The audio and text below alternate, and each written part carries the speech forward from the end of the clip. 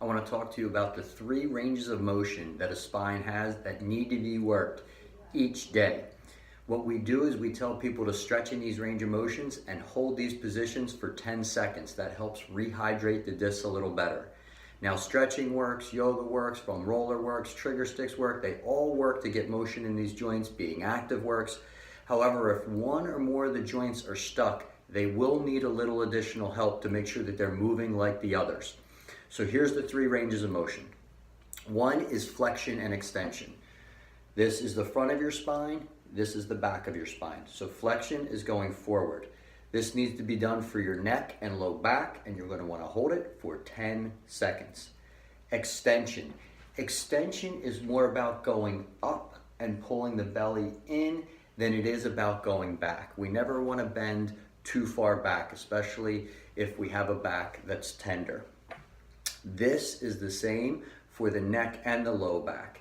With the neck, you can go back a little more, but you still want to, in your mind, sort of have that feeling of going up, so you create length when you go back. We're always looking to create length. Now, so that's flexion and extension for the neck and the low back. Lateral flexion. This is the front of your neck or the front of your low back or your belly. We're going to go to the left 10 seconds and to the right 10 seconds.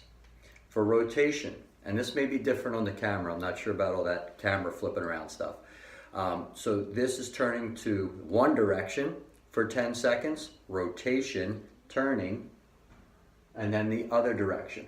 And you could do them together if you're short on time, but if you do have time, do one at a time. So with my neck, I'll turn to the side, I'll count to 10, I'll go to the other side, I'll count to 10, I'll do my tilts, and sometimes I'll even add a little arm in the reverse direction to sort of add length. So for example, that's what I do for my neck, or if I'm turning to the side, I'll bring my shoulder across my body. And then I do that for my neck and my low back. I do that each and every day. The longer you want to spend time stretching, obviously the more benefit, but we at least need to make sure we're doing something. Now about those stuck joints, if a joint does get stuck, spend more time in that area. Try a little more foam roller, try a little more trigger stick, try a couple more stretches.